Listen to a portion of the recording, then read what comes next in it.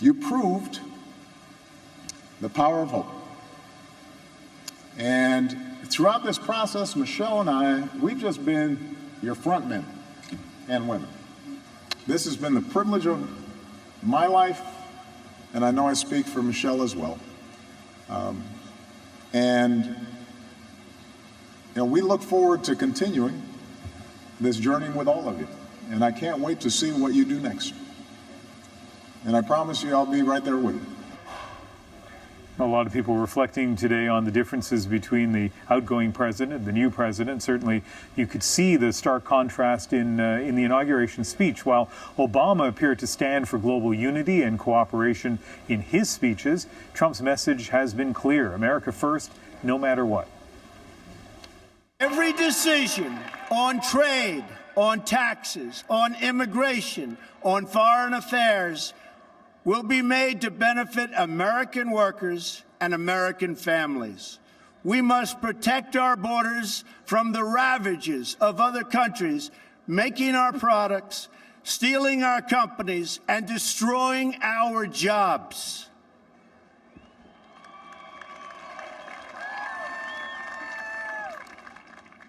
Protection will lead to great prosperity and strength. Well, as we have a few times during the campaign and since the election, let's bring in a couple of very interesting analysts to talk to us about today, what happened with this speech. Bridget Anderson, who is with Edelman Vancouver, and a communications specialist, and Michael Meneer, a newly minted Canadian citizen. That's right. But Thank God. Also an American citizen, so you can freely cross back and forth across the border. Today. Bridget, let's start with you. America first, an appealing slogan certainly to Trump supporters. And I think that is the point that President Trump was speaking to his base today. And it was interesting. I was watching the inauguration speech with about 500 or so of Vancouver's business leaders, and there was a palpable reaction in the room. And some people described it as a real chill. And I think that people were hoping that he was going to come across more presidential, but he is very true to form. And it was very much a campaign kind of speech. But to look at the reaction in the room, and from some of the business leaders in British Columbia, they're looking at what this means for trade restrictions, what this is going to mean for forestry, for example, because of NAFTA, looking at what the impacts are going to be on the auto industry. Yet, as people were discussing afterwards their reaction to it, it was interesting that some people were saying, we have to have hope and optimism. We have to have respect for the office if we don't have respect for the man. And we have to hold hope that somehow there is going to be a way forward. One of the ways that I was looking at it, and I've talked about this before, is the Edelman Trust Barometer, the Global Trust Survey. And the results just came out this week, and there is clearly a crisis in trust globally. And the results are showing that the mass population has rejected the established authority, and that is very clear seeing what's happened with President Trump. But how is business and how are media and government going to move forward with this crumbling away of trust and this disaffected disunity that we're seeing? So I think the next, especially the first 100 days, I am going to be fascinated. Mike? Well, Bridget used the word crisis, and I think that's absolutely right. Some of the best inaugural addresses come at a moment of crisis when a new president is coming in. Think of Lincoln with the Civil War, FDR with the Great Depression, even Obama 8 years ago when we were in the midst of this great recession. Well, Trump, interestingly, is also coming in at a time of crisis, but it's a crisis that in many ways he has created or at least fomented. Our allies in Europe are shaken.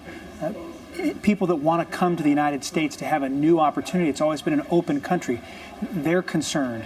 If you're in Congress and a Republican, you're not any less apprehensive now than you were before he became president. His speech did absolutely nothing today to allay the concerns and fears of other countries, minority groups that have been offended by him. And this was really the opportunity. Inaugural addresses are not about policy or the plan. They're about a vision. They're about bringing the country together at the end of a campaign. This was a bitter and divisive campaign. He failed miserably. It was a cringe-worthy address. And it was so disrespectful to President Obama. Most inaugural addresses, particularly if the guy leaving has been defeated, they thank them, give a paragraph or two to the service and what this person has done. He did nothing of that. And for the president and all the members of Congress who serve, who run for office, to have to listen to him essentially dress them down in his one opportunity to bring the country together. Again, I just thought it was cringeworthy. He certainly painted a bleak picture of the previous administration and of America. And I want to play another excerpt from the speech. Mothers and children trapped in poverty in our inner cities, rusted out factories scattered like tombstones across the landscape of our nation, an education system flush with cash, but which leaves our young and beautiful students deprived of all knowledge. And the crime, and the gangs, and the drugs that have stolen too many lives and robbed our country of so much unrealized potential.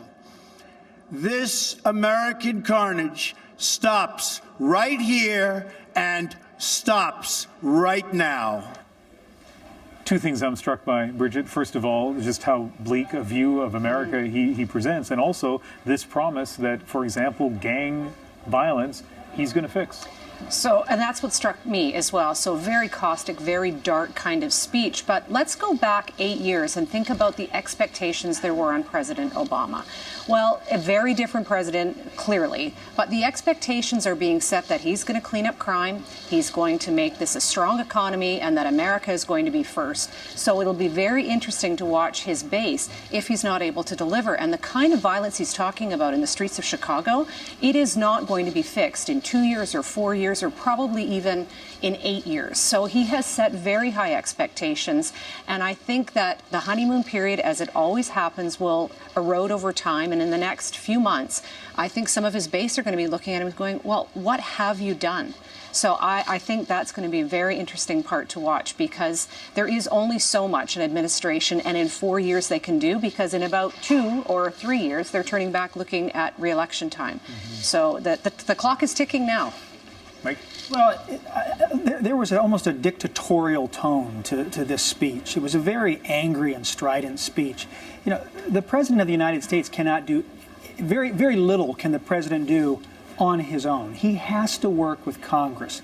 He has to work with governors, with the state legislatures. That's what the founders set up. They set up this system where there were all these checks and balances. Some may even say too many, like the Electoral College. He is not going to be able, we know what President Obama, how limited he was with the executive order pen. He is going to have to work with Congress, and he has, in his speech today, basically alienated them and said, look, you guys have completely missed the mark, and America is ready to throw you out. Well, those people have been reelected and hold office for 2 more years, and whether Republican or Democrat, he does have to work with them. You know, Jimmy Carter came in 1976, had a Democratic Congress, didn't work well with that Congress, and Democrats were a major reason why he got turfed 4 years later. You watch how fast people of the same party will turn on you if A, you're ideologically offside with them, or B, you're just a jerk. Well, he's setting himself up to be the independent, so when things fail, he can blame both the Democrats and the Republicans. He wouldn't do that. No, of course not. All right, Bridget and Mike, always great having you on the show, and hopefully we'll get a chance to talk again. Thank you. Thank you, Ian.